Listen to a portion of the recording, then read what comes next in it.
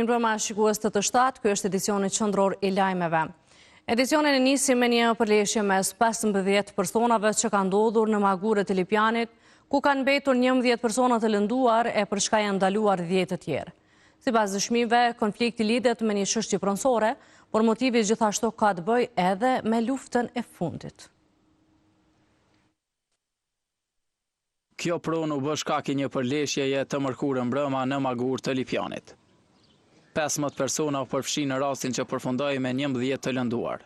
Jemi në Magurët të Lipjanit, ku gjatë mbrëmjes së mërkurës ka ndodhur një përplasje prej 15 personave, 11 prej tyre kanë përfunduar në trajtim mjekësor. Ndërsa sipas informacioneve të marrë nga televizioni T7, disa nga sulmuesit kanë qenë të ardhur nga Serbia. Sipas informacioneve dhe kontakteve që kemi pasur me banorët, këtu janë gjetur disa armë dhe mjete të ftofta. E një nga të përfshirët thot se prona nuk ishte arsyeja vetme e kësaj përleshjeje. Sipas një dëshmitari, mosmarrveshja daton që nga lufta, pasi që grupi që erdhën nga Serbia gjatë asaj kohe ishin rreshtuar për krah ushtrisë serbe. Të njëjtit kishin maltretuar shqiptar, kurse në këtë rast cak kishin pikërisht një ushtar të UÇK-s. Me nipa, me djema, me vllazni, e kanë provokuar një ushtar të luftës, edhe kanë kërcënu, i kanë thonë që kur gjonë s'kina bon gjatë luftës që kina me bo tashti. 2 vllazni janë kohë dëvesht në luft, me amna se di se janë pak i ri, kanë morë pjesë në masakrën e Halloqit edhe Riborit. I njëjti thotë se në ndihmë të ushtarit dolën edhe bashkëfshatar të tjerë derisa rrahja zgjati më shumë se gjysmë ore. Dhe janë Gjermani, dhe janë Serbi, një i tynve është në Frezaj, një vlloj po këte janë orë me plan me ase, i kanë posë edhe orën, dhe me thonë që i kanë gjetë policia që shpa thujtë nëse në konë stacien, pas Altia dhe një kallash, dropën një këës, ta është dim të prit njerë për shtetë, nuk dim nga ma shumë detohet mes. Dhe kom posë në fill, gjishën që më kam shu me dropën mes. E sipas prokurorisë themelore në Prishtinë, 10 persona janë ndaluar për këtë rast. Lidhur me pyetjen tuaj, ju njoftojmë se me vendim të prokurorit të shtetit janë ndaluar 10 persona për veprën penale lëndim i rënd trupor nga neni 186 i Kodit Penal të Republikës së Kosovës, si dhe për veprën penale lëndim i lehtë trupor nga neni 185 i KPRK-s. Ndërkat nga qendra klinike universitare e Kosovës bëhet e ditur se personat e lënduar janë liruar pas trajtimit mjekësor, nën përcjelljen e policisë, ndërsa njëri nga të lënduarit është pranuar në klinikën e neurokirurgjisë. E Prokuroria Speciale ka njoftuar se ka ngritur akt akuzë ndaj Epik H për veprën penale përgatitja e veprës penale vrasje e rënd. Në komunikat thuhet se sipas akt akuzës, i dyshuari Epik H për shkak të mosmarrveshjeve që ka pasur me një person tjetër M.D, ka planifikuar privimin nga jeta të këtij të fundit. Sipas akt akuzës, Epik H dyshohet se pas një mosmarrveshje të mëhershme ndërmjet tij dhe të dëmtuarit M.D, kishte planifikuar privimin nga jeta të dëmtuarit, duke e përfshirë marrëveshje për shpërblim financiar, koordinim lidhur me mënyrën, kohën dhe vendin e kryerjes së veprës, si dhe sigurimin e armës që do të përdoroj për realizimin e saj, thuhet mes tjerash në njoftim.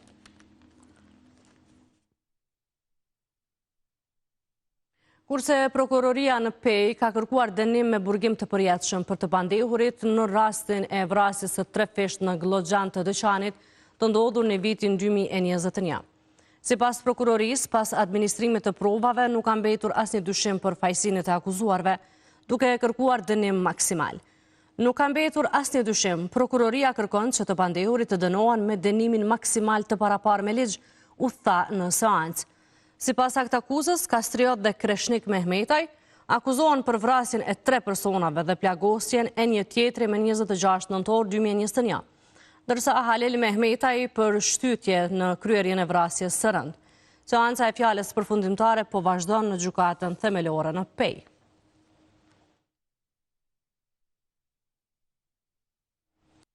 I kthehemi zhvillimeve në vend. Përfaqësues të lartë të vendosjes janë pyetur rreth formimit të institucioneve. Kryeministri në detyrë Albin Kurti nuk u përgjigj. Albolina Haxhiu bëri të ditur se s'do të jetë kandidate për presidente, kurse Arbrigena Gafsi përmendi president konsensual. Pritja për certifikimin e rezultateve po vazhdon. E bashkë me të edhe përqëndrimet e liderit të VV-s, Albin Kurti, i cili edhe njëherë shmangu komentin e procedurave të formimit të institucioneve. Atë që nuk e tha Kurti e komentoi ushtruesja e detyrës së presidentes Alvulena Haxhiu. Ajo para mediave të enjtën u shpreh se njëherë duhet të konstituohet kuvendi e më pas të mandatohet kandidati për kryeministër. Le ta konstituojmë kuvendin, le ta zgjedhim qeverinë dhe menjëherë pra pas konstituimit të kuvendit, kryetari i ri i kuvendit, kryetare e re e kuvendit, kushdo që do të jetë ai apo ajo, do të ketë të drejtën kushtetuese që ta mandatoj kandidatin për kryeministër të vendit. Ndryshe nga Haxhiu, derisa njësit e çështjeve juridike thanë se fillimisht duhet të zgjedhet presidenti. Por një gjë është e sigurt, ajo që aktualisht po e kryen angazhimin e të parës së shtetit nuk do të jetë kandidate për këtë pozitë. Jo, nuk do të jem kandidate për presidentin. E kushdo që propozohet për lëvizjen vetëvendosje mjafton që të jetë figurë jo partijake. Kështu deklaroi e shefja e GP të LVV-s, Arberia Nagavsi, duke komentuar çndrimet e LDK-s dhe AAK-s rreth presidentit. Kemi pa disa deklarata për emra të përvetshëm të kandidatëve të cilët kanë dëshirë të jenë president apo presidente, gjithsesi ne presim që të kemi një kandidate konsensuale, jo partijake, të cilët do të ushtronin besoj edhe me kompetencë, përgjithësi, pozitën e tyre dhe rolin unifikues. E absurde po qëndrimin e shkreu të AAK-s Ramush Haradinaj sa i përket postit të parit të shtetit. Po tash veç e thash, nuk do të kisha dashur të flisja me emra të përvetshëm. Është për mu personalisht, është pak absurde që një person cili do të qoftaj, i cili ka folur fjalë të pavërteta, gjëra të cilat i dinë edhe vetë që nuk qëndrojnë për kryeministrin Kurti, tashmë të kërkojnë që të marrin mbështetjen e kryeministrit Kurti. Kjo tregon shumë edhe për atë që ka ndodhur përpara, por edhe atë ku jemi tani. Nga Komisioni Qendror i Zgjedhjeve janë në pritje të shqyrtimit të ankesave nga Supremja para se të certifikojnë rezultatet e zgjedhjeve të 7 qershorit.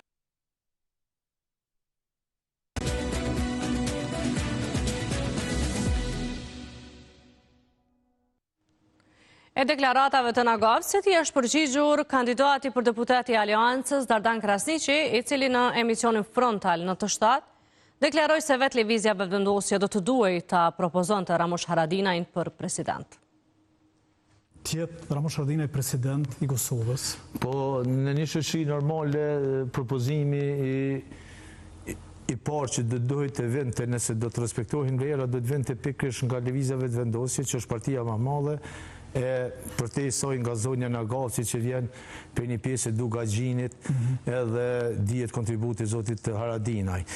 Po zonja Nagavsi ka të drejten me cilësu cilin dasht që shdojnë mirë, po është personi i cili nuk ka kredibilitet për arsye se pozicionet e soj politike, qoftë si drejtoresha arsimit në komunën e Prishtinës, qoftë si ministri arsimit veç ka degradu, ka plas shkite dhe ka vjedh këtë vend.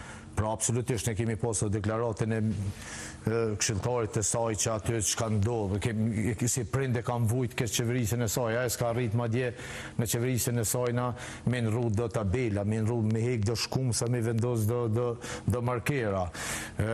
Ajo e dëgjova kur tha sulme që ka bën. Nëse ka shembull tipik që që ka ndonë kështë shoqërinë tonë ka bërë lëvizja vetëvendosim. Lërni me thonë kështu.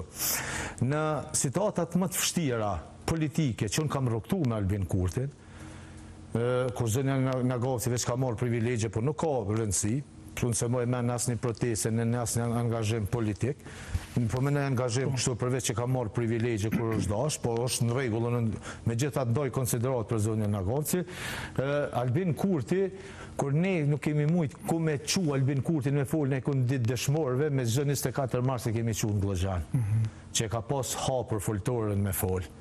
Kurse ushtruesja e detyrës së presidentas Alvulena Haxhiu u deklarua sot lidhur me projektin e gazit amerikan, për çka tha se Kosova nuk ja ka mbyllur derën diskutimeve për këtë çështje, për çka ambasada amerikane në vend ftoi Kosovën disa herë për tu përfshirë në projekt.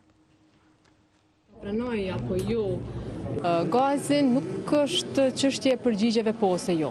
Mendoj që është shumë e rëndësishme që të ketë diskutime në nivel të institucioneve përgjegjëse, në nivel të ekspertëve, në mënyrë që të diskutohet për përfitimet, për koston që ndërlidhet në raport me qytetarët e Republikës së Kosovës dhe për aspekte tjera të cilat i takojnë ekspertëve të fushës që të merren me këto. Kosova asnjëherë nuk ka thënë jo projekteve që janë në të mirën e interesit publik, në të mirën e Republikës së Kosovës, qytetarëve të saj. Mirë po, për tema të tilla duhet që të ketë diskutime serioze. Vazhdojmë me informacionet të tjera. Në 90 vjetorin e lindjes akademikut Recep Qosja në Bibliotekën Kombëtare të Kosovës, u mbajt një ligjërat për jetën dhe veprën e tij, ku kujtua e undërua trashëgimia e tij akademike dhe intelektuale. U shua me 23 prill të këtij viti. E amaneti Recep Qosjës ishte që ceremonia varrimit të bëhej vetëm nga rrethi i ngushtë familjar. Por 2 muaj më vonë në Bibliotekën Kombëtare të Kosovës, Pjetër Bogdani, me rastin e 90 vjetorit të lindjes së tij, u mbajt një ligjërat. Aty u fol për veprën e tij akademike, trashëgimin intelektuale për çka vlerësime të larta dha kryeministri në detyrë Albin Kurti. Nga këto 9 dekada, nëse nisim nga vepra e tij e parë, epizode letrare, e botuar në vitin 1967, del se ai punoi pa u ndalur për afër 60 vjet, si kritik letrar, historian i letërsisë, romancier, dramaturg, publicist dhe profesor. E aktori Avni Dalipi lexoi një pjesë nga testamenti shpirtëror i akademikut. Meqense kam jetuar dhe jam kujdesur të jetoj thjesht, ashtu thjesht dua të jem edhe i varrosur, pa fjalime, pa medje, pa lule, afër varrit të gruas sime shpresës. Vdes i qetë. Ndërka shkrimtari Ag Apolloni rikujtoi një premtim për ruajtjen e trashëgimisë së Recep Qosjes. Para pak javësh e pash lajmin që kryeministri Kurti dhe ministri Hajrullah Çeku e kishin vizituar institutin dhe kishin premtuar muzealizimin e zyrës së profesor Qosjes. Uroj të mos jetë vetëm deklarat, se këtu shpesh thuhen e nënshkruhen fjalë që pastaj harrohen. Shpresoj që ta realizojnë. Për kontributin e tij të çmuar, Recep Qosja u nderua me shumë çmime, përfshirë atë nderi i kombit nga Republika e Shqipërisë në vitin 2000. Të nderuar shikues, kjo është tëra që kishim përgatitur për këtë edicion të lajmeve. Unë ju falenderoj që na ndoqët nga Fortesa. Natën e mirë dhe mirëmbëjtje.